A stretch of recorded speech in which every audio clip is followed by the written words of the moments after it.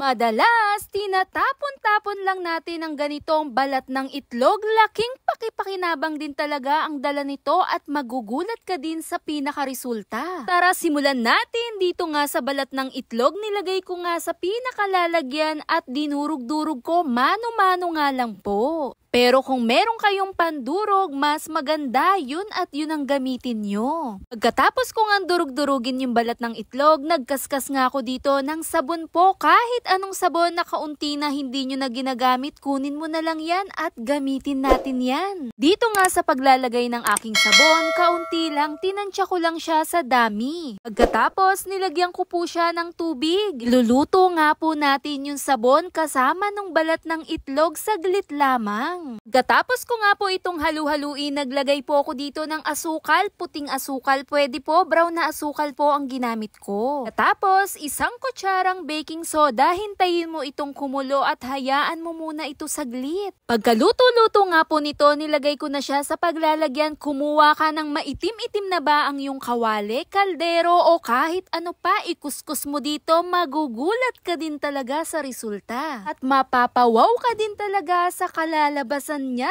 dahil nga sa balat ng itlog patapon na, hayan na siya. Atingan din talagang mukhang bagong-bago pa. Heto pa nga ang isa, hiniwalay ko nga ang puting itlog doon sa pinakadilaw na itlog. Ang kakailanganin mo lang, kukunin mo lang yung balat ng itlog. At nilinis-linis ko nga yung pinakabalat ng itlog natin. Pagkatapos kumuha ulit ako ng malinis na paglalagyan, dinurog-durog ko nga ito ng mano-mano lamang. Maganda rin talaga kung parang powder ang itsura ng balat ng itlog, pero dito nga sa akin medyo buo-buo pa nga siya. Pero pwedeng-pwede na yang gamitin doon nga sa puting itlog na binukod natin kanina. Maglagay ka dito ng pinowder nating balat ng itlog. Sobrang ganda rin ang benefits na dala nito ng balat ng itlog para sa ating mukha. Nililinis niya yung mga pores, pinipigilan niya yung pagtanda. Nagbibigay ningning para sa ating balat. Kahit saang parte ng ating katawan pwede nating gamitin, babad mo lamang ito ng 15 minutes at pwedeng-pwede ng banlawan. Heto pa nga ang isa,